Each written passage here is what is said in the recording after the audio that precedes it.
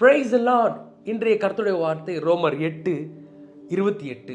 அன்றியும் அவருடைய தீர்மானத்தின்படி அழைக்கப்பட்டவர்களாய் தேவனிடத்திலே அன்பு கூறுகிறவர்களுக்கு சகலமும் நன்மைக்கு ஏதுவாக நடக்கிறது என்று அறிந்திருக்கிறோம்.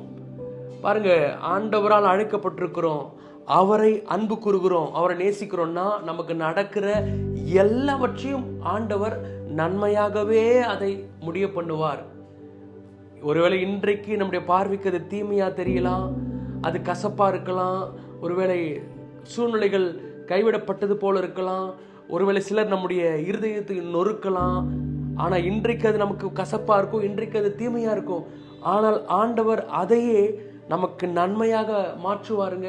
அது சின்ன விஷயமா இருக்கலாம் அல்லது பெரிய விஷயமா இருக்கலாம்.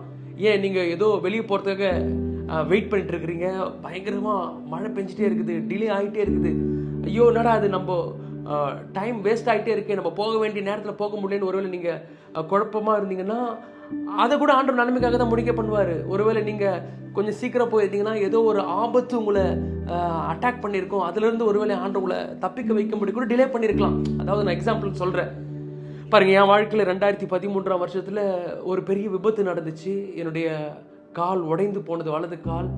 அதுக்கப்புறம் ஒரு 2 வருஷமாக என்னால் மூவ் பண்ண முடியல. ஐயோ இவ்வளோ தீமையாயிருச்சு, இவ்வளோ பிரச்சனை ஆயிடுச்சு, இவ்வளோ எனக்கு வலியும் வேதனையுமா இருக்கேன்னு அன்னைக்கு நான் நினச்சேன்.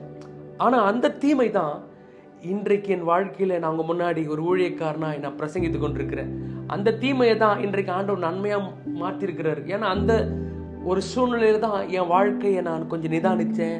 நான் போகிற காரியங்கள், நான் செய்கிற காரியங்களை நிதானித்து என் வாழ்க்கையை ஏசப்பா கையில் முழுசாக ஒப்பு கொடுத்தேன்.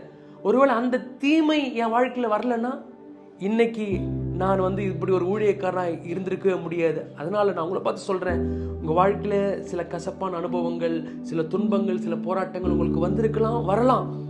சோர்ந்து போவாதீங்க. எல்லாவற்றையும், உங்களுக்கு நடக்கிற சகலவற்றையும் ஆண்டவர் நன்மைக்காக முடிக்க பண்ணுவார். ஆண்டவர்களை ஆசீர்வதிப்பார். God bless you all.